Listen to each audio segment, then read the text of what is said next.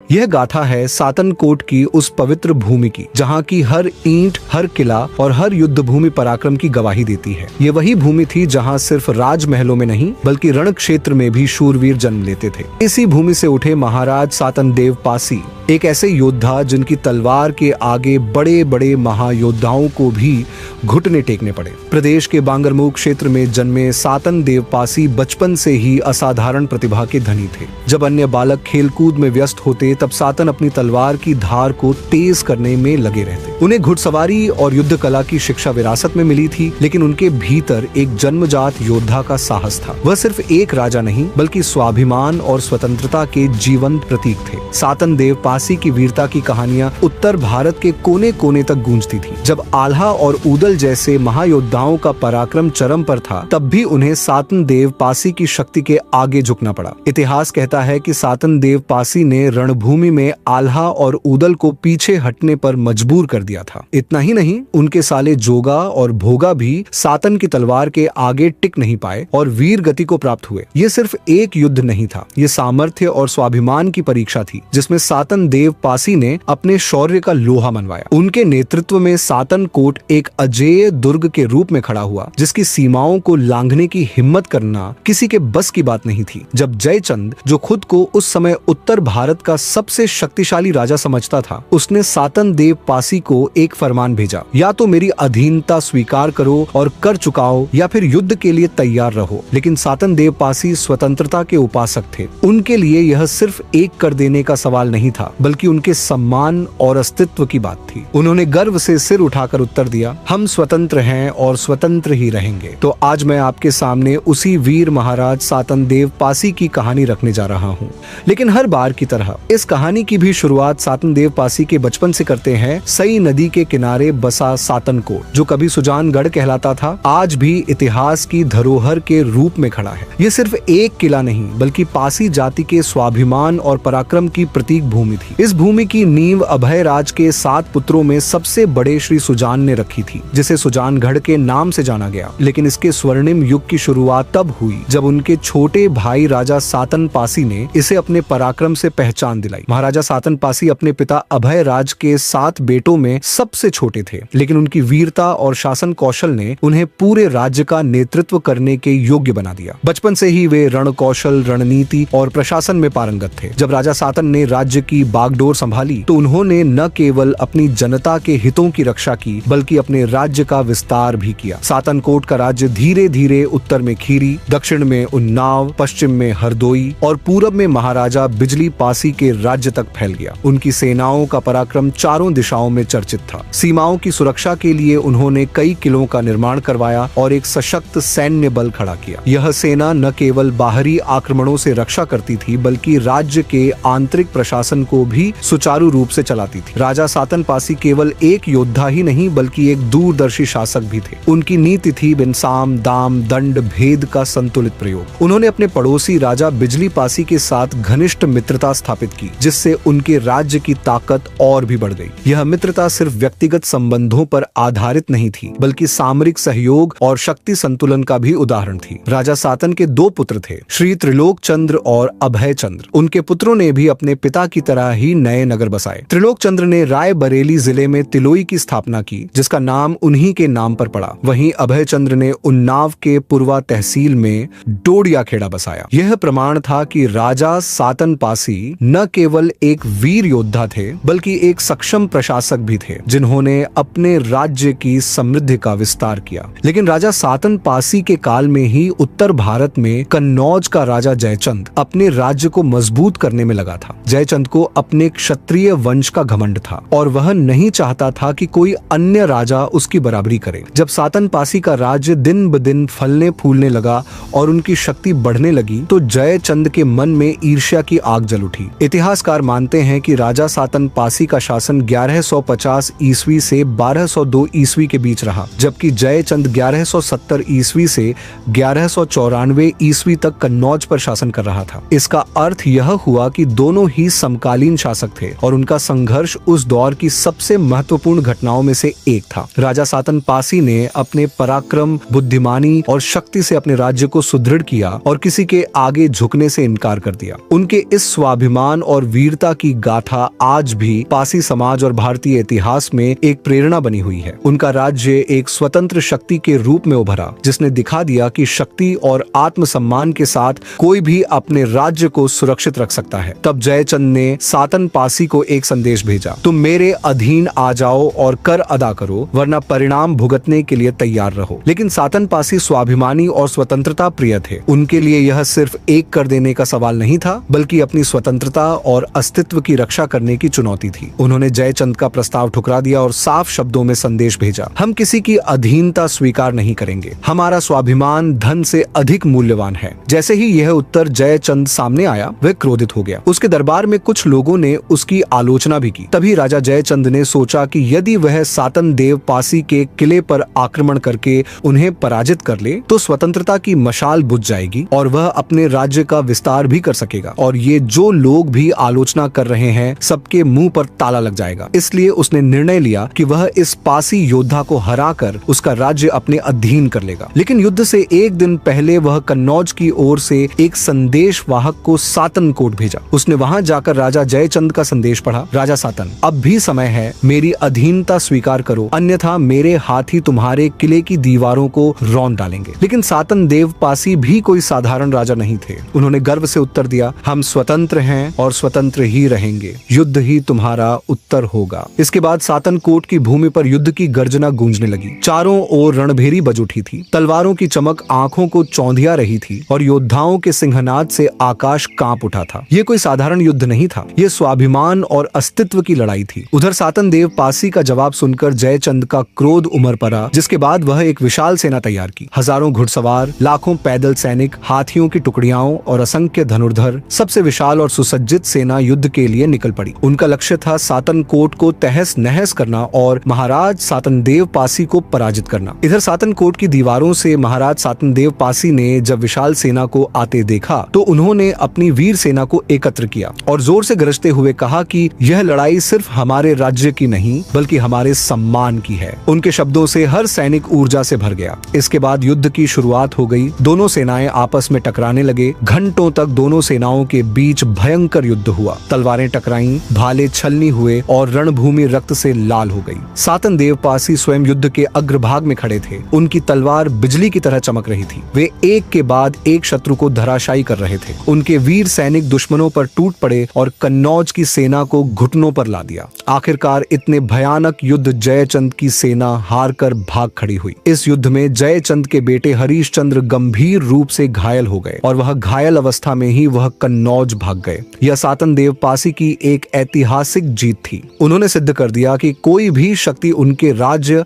और उनके स्वाभिमान को नहीं हरा सकती। लेकिन यह युद्ध की समाप्ति नहीं थी। जयचंद इतने आसानी से हार मानने वालों राजा में से नहीं थे, लेकिन यह पराजय उनके लिए बहुत अपमानजनक साबित हुई। लोग, उनके राज्य के लोग ही उन्हें भला बुरा बोलने लगा। यह देख वह प्रतिशोध की आग में जलने लगे और उसके बाद एक नई योजना बनाने में जुट गए। हुआ यह था कि उस समय महोबा के राजा परमाल ने अपने महायोद्धा जैसे सेनापति आल्हा और ऊदल को अपने दरबार से निकाल दिया था। वह आल्हा और ऊदल को दरबार से क्यों निकाले थे, इसके पीछे का इतिहास जानने के लिए मेरे इस वीडियो को जरूर देखें या ऊपर आई बटन पर क्लिक करें। उस वीडियो में मैंने आल्हा और ऊदल की संपूर्ण इतिहास बताया है। तो जब महोबा के राजा परमाल ने अपने महायोद्धा जैसे सेनापति आल्हा और ऊदल को अपने दरबार से निकाला, तो ये दोनों योद्धा जंगल में इधर उधर भटकने लगे। जयचंद को इसी मौके की तलाश थी। उसने तुरंत आल्हा और ऊदल को अपने दरबार में आमंत्रित करने के लिए एक दूत भेजा और वह दूत से कहलवाया कि अगर आल्हा और ऊदल मेरे महल में रहेंगे तो उन्हें किसी प्रकार की दिक्कत नहीं होगा और उन्हें बहुत अपार धन दिया जाएगा। बस यहाँ पर आकर उन्हें मेरे सैनिकों को युद्ध लड़ना सिखाना होगा। जिसके बाद आल्हा ऊदल उनके दरबार में चले गए और वहाँ की सैनिकों को युद्ध के लिए तैयार करने लगे। तभी एक दिन प्रतिशोध की आग में जल रहा जयचंद आल्हा ऊदल के सामने एक प्रस्ताव रखा। वे बोले कि अगर तुम सातन देव पासी को हरा दोगे तो मैं तुम्हें संपूर्ण राज्य और अपार धन दौलत दे दूंगा। इसके लिए तुम्हारे पास मेरी पूरी सेना होगी। पहले तो आल्हा और ऊदल ने इनकार कर दिया, परंतु बहुत बार कहने पर वो भी मान गए। आल्हा और ऊदल के लिए यह युद्ध एक अवसर के समान था अपनी महोबा में खोई हुई प्रतिष्ठा को पुनः प्राप्त करने का, क्योंकि आल्हा ऊदल का नाम उस समय अपने आप में एक महान योद्धा के रूप में प्रसिद्ध था। उनके शौर्य की गाथाएं दूर दूर तक फैली हुई थी। उस समय हर कोई जानता था कि जब आल्हा ऊदल तलवार उठाते हैं तो शत्रु दहशत के मारे कांप उठते हैं। लेकिन इस बार राजा जयचंद डायरेक्ट राजा सातन पासी पर हमला न कर उनके घनिष्ठ दोस्त राजा बिजली पासी पर हमला करने को बोलते हैं। वैसे पहले भी राजा जयचंद ने कई बार अपने बेटे लाखन को राजा बिजली पासी से लड़ने के लिए भेजे थे, परंतु हर बार हार ही हुई थी। इतिहासकारों के अनुसार राजा जयचंद पिछले 12 सालों से राजा बिजली पासी को हराना चाहते थे, लेकिन हर बार पराजय ही मिलती थी। लेकिन इस बार आल्हा और ऊदल के आने से वो सोच रहे थे कि पहले बिजली पासी के किलों पर कब्जा करके उसके बाद सातन पासी पर भी हमला कर देंगे। इसलिए वो आल्हा और ऊदल को राजा बिजली पासी पर हमला करने को बोलते हैं। लेकिन युद्ध से पहले राजा जयचंद ने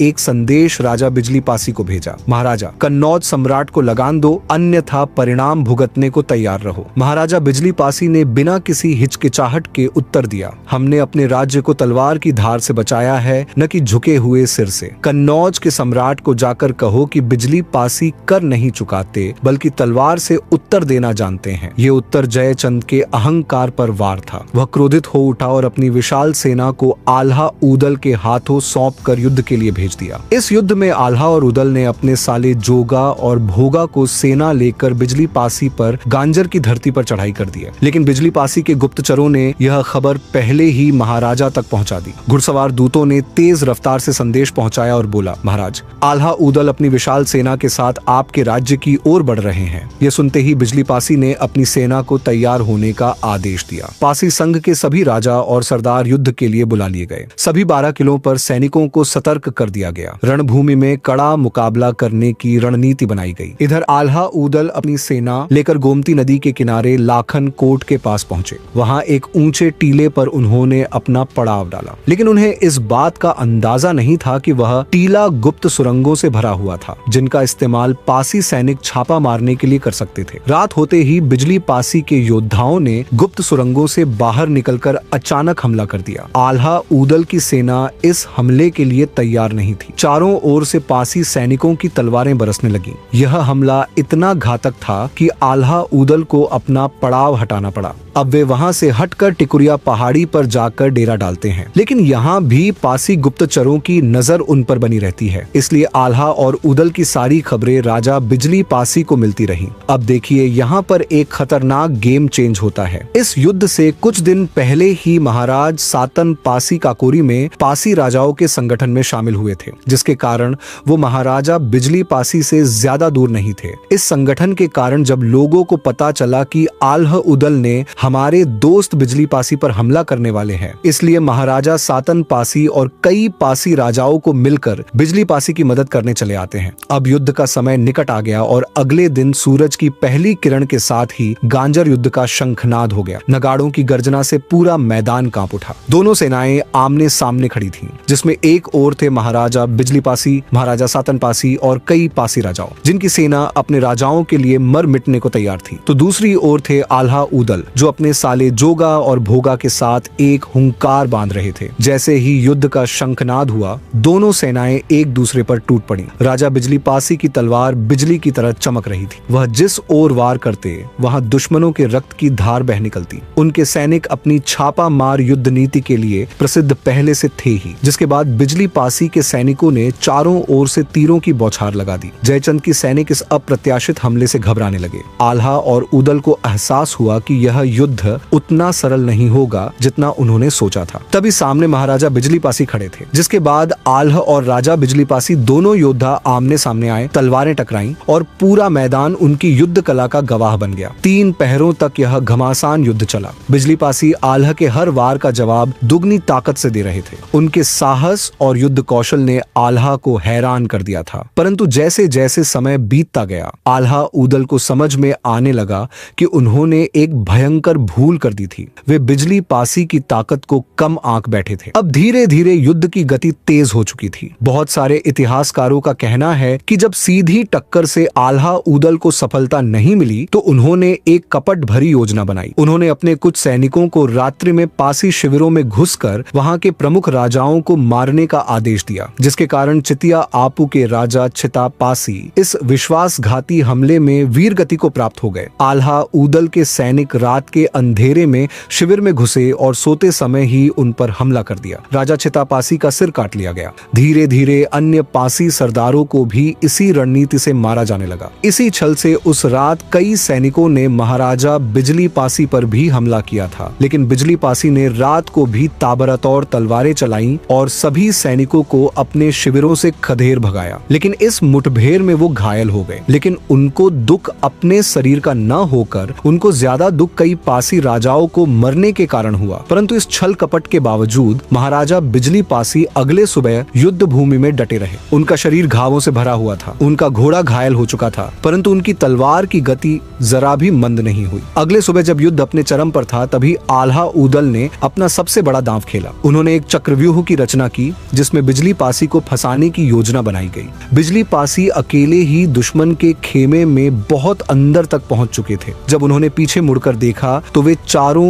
ओर से घिर चुके थे। उन्हें समझ में आ गया कि अब जीवित निकलना संभव नहीं है, परंतु उन्होंने हार मानने के बजाय अंतिम सांस तक युद्ध करने का निश्चय किया। अकेले ही उन्होंने आल्हा ऊदल की सेना के कई सैनिकों को मार गिराया, लेकिन अंततः वीरगति को प्राप्त हुए। महाराजा बिजली पासी की वीरगति की खबर जैसे ही पासी सेना में पहुंची, पूरे राज्य में शोक की लहर दौड़ गई। युद्ध भूमि में उनके बलिदान ने सभी सैनिकों को हिला कर रख दिया था, लेकिन यह शोक जल्द ही प्रचंड क्रोध में बदल गया। पासी वीरों ने अपने राजा के बलिदान का प्रतिशोध लेने की प्रतिज्ञा की। अब युद्ध की सारी जिम्मेदारी पासी संघ के प्रमुख राजाओं पर आ गई। इनमें सबसे अधिक अनुभवी और रणनीतिकार राजा सातन पासी माने जाते थे। महाराजा बिजली पासी के सबसे घनिष्ठ मित्र होने के नाते वे इस युद्ध को केवल लड़ाई नहीं बल्कि न्याय की लड़ाई मान चुके थे। उनके नेतृत्व में पासी वीरों ने रणभूमि में एक बार फिर हुंकार भरी और जयचंद की सेना के खिलाफ निर्णायक युद्ध की तैयारी शुरू कर दी। तभी राजा देवमाती पासी ने आल्हा ऊदल को घेरने के लिए उत्तर दिशा में एक विशाल सैनिक छावनी स्थापित कर दी थी। अब युद्ध की पूरी कमान राजा सातन पासी के हाथ में थी। उन्होंने एक ऐसी रणनीति बनाई जिससे आल्हा ऊदल और उनके सहयोगी पूरी तरह से घेर लिए जाए। युद्ध के मैदान में सातन पासी और आल्हा ऊदल आमने सामने आ गए। जब सातन पासी का सामना आल्हा के छोटे भाई ऊदल से हुआ तो ऊदल की हिम्मत जवाब दे गई।